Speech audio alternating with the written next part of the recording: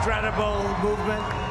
This was a movement like nobody's ever seen before. Donald Trump फिर से America के big boss बन गए हैं। We're going to उन्होंने इलेक्टोरल वोटों की गिनती में दोपहर 1 बजे तक निर्णायक 277 वोटों के साथ जीत पा ली है।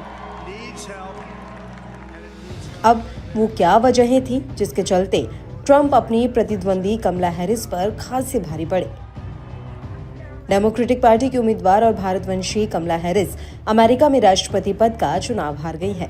हालांकि उन्हें आखिरी समय तक दमदार कैंडिडेट माना जा रहा था, लेकिन वोटिंग के बाद जब वोटों की गिनती शुरू हुई तो इलेक्टोरल वोटों के आधार पर वह बहुत ज्यादा पिछड़ गई। न्यूयॉर्क टाइम्स का प्रोजेक्शन कह रहा है कि जब इलेक्टोरल वोटों की गिनती पूरी होगी तो कमला हैरिस को 232 वोट मिलेंगे तो ट्रंप 306 पर गिनती खत्म करेंगे। अब आखिर क्या वजह थी कि इतनी पॉपुलर माने जाने वाली कमला हैरिस चुनाव हार गई, जबकि उनके साथ महिलाओं से लेकर एशियाई वर्ग का एक बड़ा समर्थन था।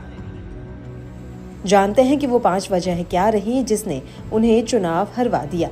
सबसे पहली वजह है आर्थिक चिंताएं। कई मतदाता अर्थव्यवस्था को एक महत्वपूर्ण मुद्दे के रूप में प्राथमिकता देते हैं। ट्रंप को ऐतिहासिक रूप से आर्थिक मामलों में अधिक अनुकूल रूप से देखा जाता है।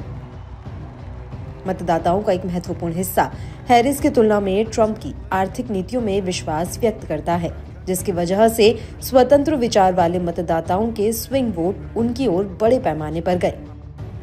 दूसरा, मतदाताओं ने उन पर विश्वास नहीं किया।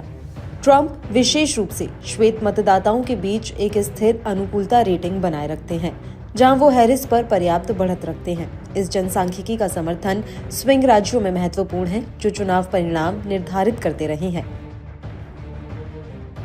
इसके अलावा जब ट्रंप मतदाता धोखाधड़ी और चुनाव में एक रहने की बात करते हैं, ऐसे में ट्रंप का साथ रहने का नारा एक बड़े वर्ग को उनके साथ ले आता है। निश्चित रूप से इस मामले में अमेरिका की बड़ी आबादी कमला हैरिस पर शायद कम विश्वास करती है।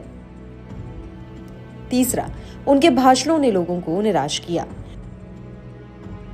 हैरिस को उनकी संचार शैली के लिए आलोचना का सामना करना पड़ा है। उनके भाषणों को अमूमन अस्पष्ट या अनिर्णायक के रूप में कहा जाता रहा है।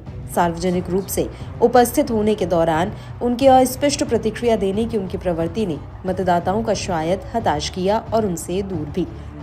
उन्हें उम्मीदवार के रूप में उनकी योग्यता के बारे में संदेह भी पैदा हुआ।